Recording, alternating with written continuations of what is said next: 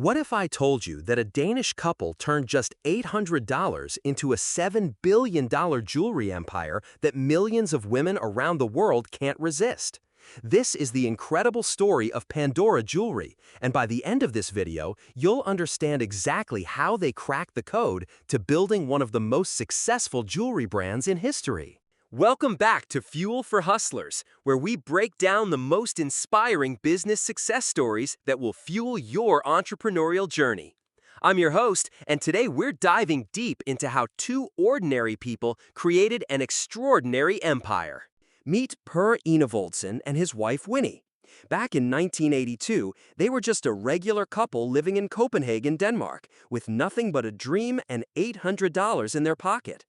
Per was working as a goldsmith, and like many entrepreneurs, he had that burning desire to create something bigger than himself. The couple started small, really small. They began by importing jewelry from Thailand to Denmark. Picture this: Per would travel to Thailand, hand-select pieces, and bring them back to sell at local markets and small shops. It wasn't glamorous. There were no fancy offices, no big marketing budgets, just pure hustle and determination. But here's where it gets interesting. In the early 2000s, the Enevoldsens made a decision that would change everything. They noticed something powerful happening in the market. Women weren't just buying jewelry as a one-time purchase anymore. They wanted pieces that told their story, that they could add to over time, that represented their personal journey. This observation led to the birth of the charm bracelet concept that we know today. But Pandora didn't just create charm bracelets, they created an entire ecosystem. They designed a threading system that allowed customers to add, remove, and rearrange charms easily. Suddenly, buying jewelry became an ongoing relationship, not a single transaction. The genius was in the business model. Instead of selling one expensive piece, they were selling an affordable starter bracelet and then multiple charms over time. A customer might spend $50 on their first bracelet, but over the years, they'd spend hundreds or even thousands building their collection. Pandora also understood the power of emotional marketing before it became a buzzword. Each charm represented a memory, a milestone, a moment worth celebrating. They weren't selling jewelry, they were selling stories. A graduation charm, a first baby charm, an anniversary charm. Every significant moment in a woman's life could be captured and worn. The expansion strategy was brilliant too. Instead of trying to be everywhere at once, they focused on perfecting their concept in Denmark first, then methodically expanded across Europe and eventually globally. By 2010, they had become the world's third largest jewelry company. The numbers are staggering. From that initial $800 investment, Pandora now generates over $3 billion in annual revenue.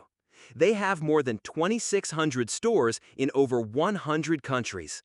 Their charm bracelets have become a cultural phenomenon, with celebrities and regular customers alike building their collections.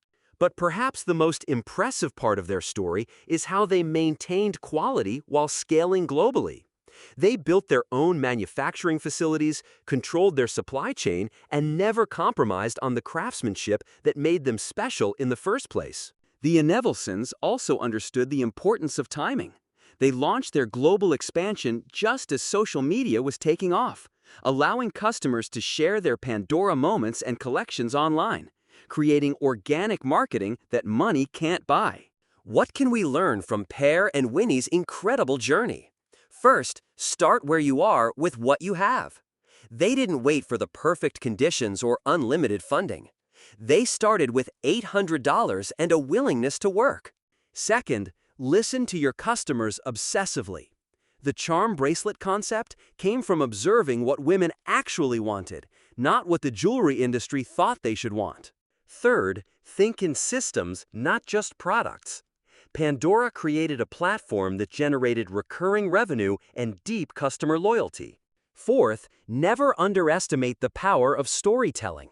They turned metal and stones into emotional connections and personal narratives. And finally, scale smart, not fast.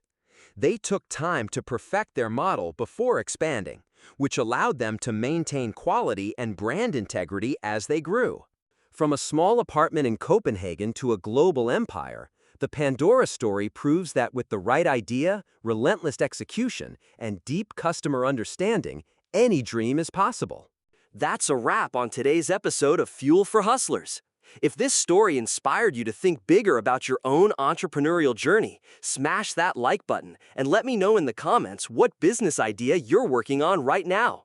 Don't forget to subscribe and hit the notification bell because we drop new success stories every week that will fuel your hustle and transform your mindset. Remember, every empire starts with a single step. What's yours gonna be? I'll see you in the next one.